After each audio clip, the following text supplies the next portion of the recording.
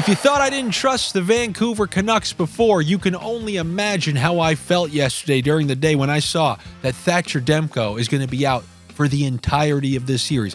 When I told you yesterday, I wasn't impressed with Vancouver in game 1, I'm going to take Nashville for game 2. I thought Demko was playing at that time.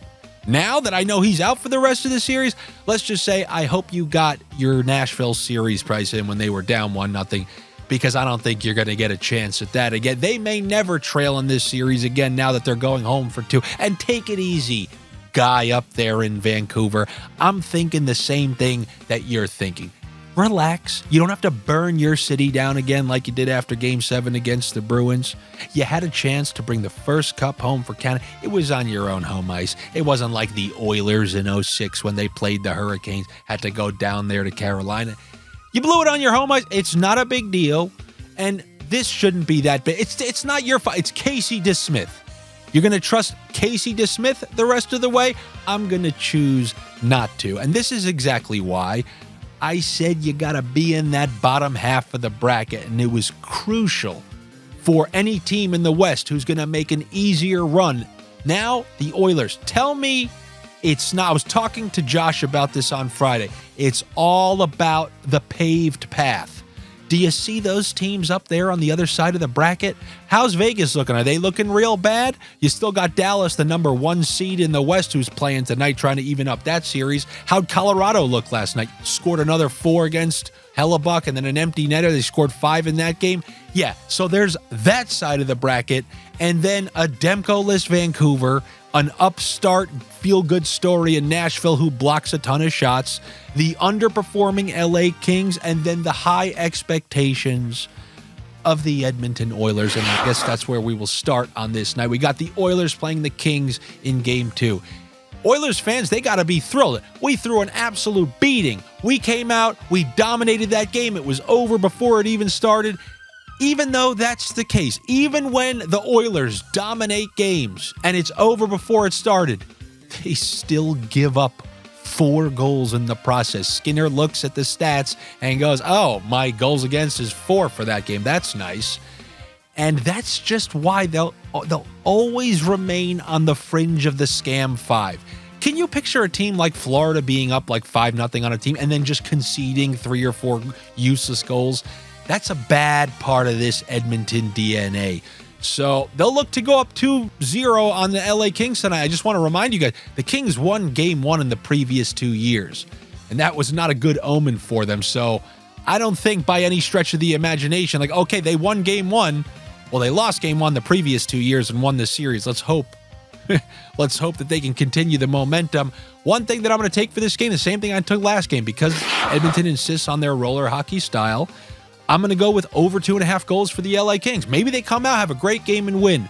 Well, I'm not going to have to worry about it. All I got to worry about is that roller hockey defense on the other side, whether it's over 2.5 in a loss or they end up winning, which should get them over 2.5. I'll take the LA Kings over 2.5 goals for their team total.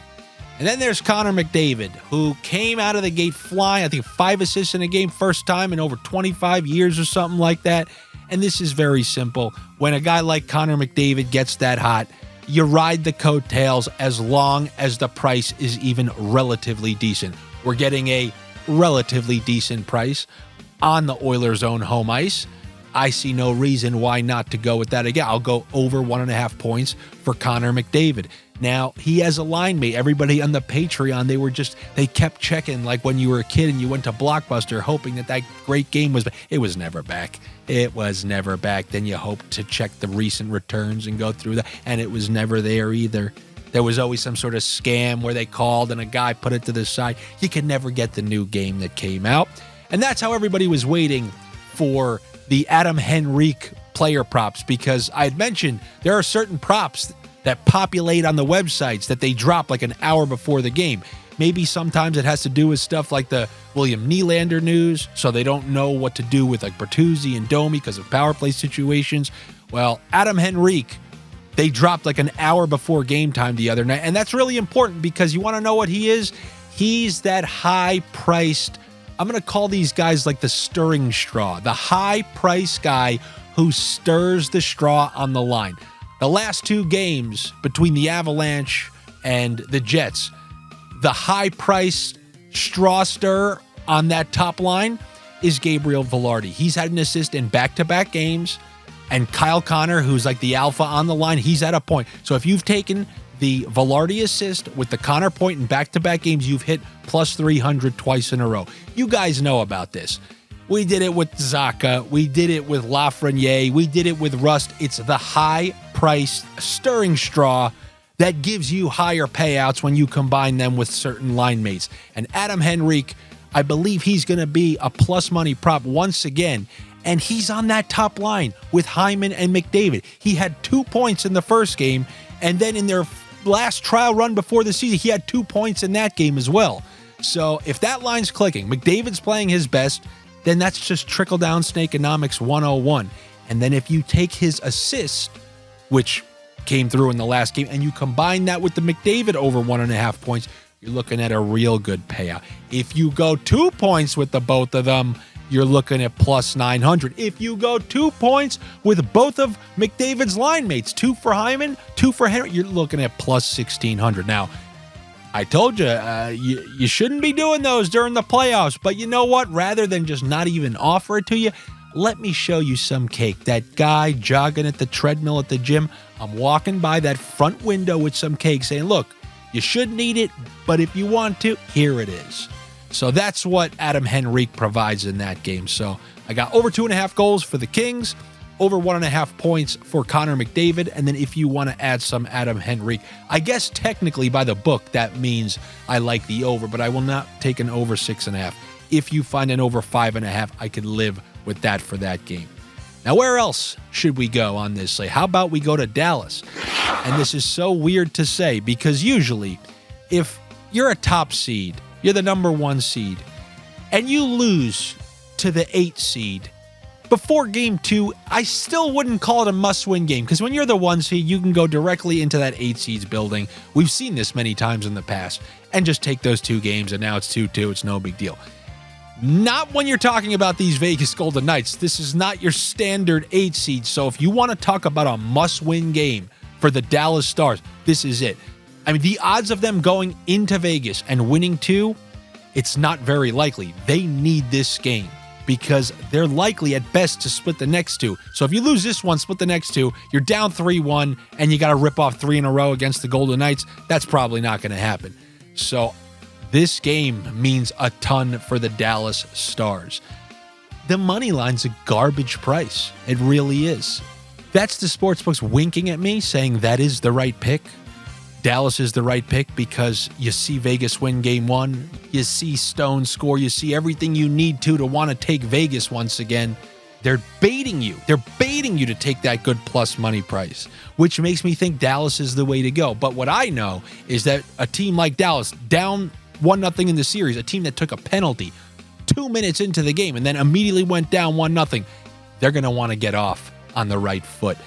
I'm taking them to win the first period at a good plus money. I think they're going to come out relatively shot out of a cannon, and I hope those shots come out shot out of a cannon because I'm going to try a first-time try. When you have a team on their own home ice, they need to win, and they need to come out fast, and they want to start fast. What are you doing? You're shooting. You're shooting that puck, and I'm going to take a calculated gamble. Rupe Hintz 2 first-period shots is like plus 360. Maybe I'll lose it. We haven't done this a lot, but I'm trying to think, when is a team really just going to fire a ton? When they desperately need a win, and the same goes for any team who's trailing 0-2 in the series. That first period against the other team on their own home ice where they're going to use the crowd, I'm going to take some first period shots on goal props in those games. And in this game, one prop that I like, when I'm talking about Dallas, I'm never too sure, right? Because they have those lines. Each of them can produce. You know the smartest thing to do. You go Miro Heiskanen as long as you're getting a fair price. He's on that top power play. He can eat a ton of minutes. He got a point in game 1. I'm looking for him to continue that in game 2. So if you're going to take Dallas, I don't mind doing Dallas with Miro Heiskanen to register a point. That will give you the Dallas Stars at like plus 140, I believe, plus 150. That I can live with. And then let's go to Toronto, where how's Toronto feeling about? Are they feeling good? Are they feeling bad? Are we getting Nylander? A lot of question marks when it comes to this Toronto team. To me, I will try to focus my energies on the other side. I'm not going to get too high and low. You pretty much get a consistent effort from Boston. You know the style that they're going to play. So what I'm going to do in this game, I'm going over 2.5 goals for the Boston Bruins. I'm not 100%. I think they're going to win. If you need to go to the pizzeria, then yeah, I'm taking Boston to win. But if you want to be a little more crafty about it, in the event that this game goes a little wild, I'm going to go with the over 2.5 goals. I will say this. In recent memory, I'm thinking of all these Toronto games. They lost games 1, 2, and 5 last year. They lose a lot of home games, these Toronto Maple Leafs. So I don't think that the building is going to... it really puts more pressure on Toronto if you really think about it. I mean, is Mitch Marner going to get booed when he touches the puck?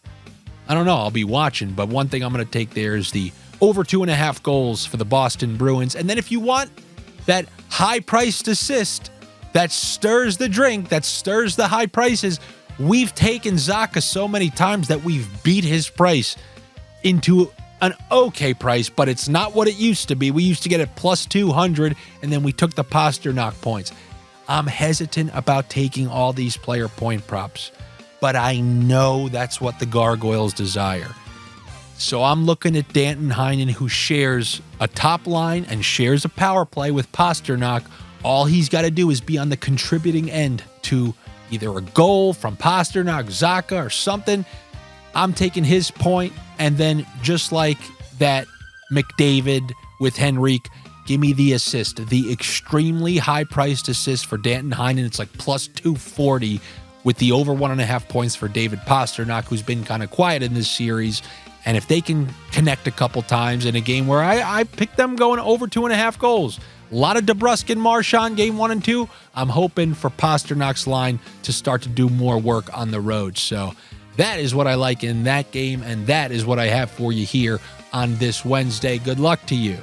Better luck to me. I think you guys know the deal. Subscribe to my YouTube channel here. Click the notifications so you know when these videos come out. I try to get them out nice and early for you. Stay up in the middle of the night so you get your early sniffs. And as you always know, more player props and parlays will be available on the Patreon. It's patreon.com/Andy Francess. That's also where there are ongoing chat threads where everybody discussing everything they're betting in all sports. We have a ruckus chat discussing sports that aren't hockey, and then there's a hockey chat where, guess what they're discussing there? Oh, yeah, you guessed it, hockey. Hopefully I see you there. If not, I will see you tomorrow for Thursday NHL Sniffs. I'll see you then.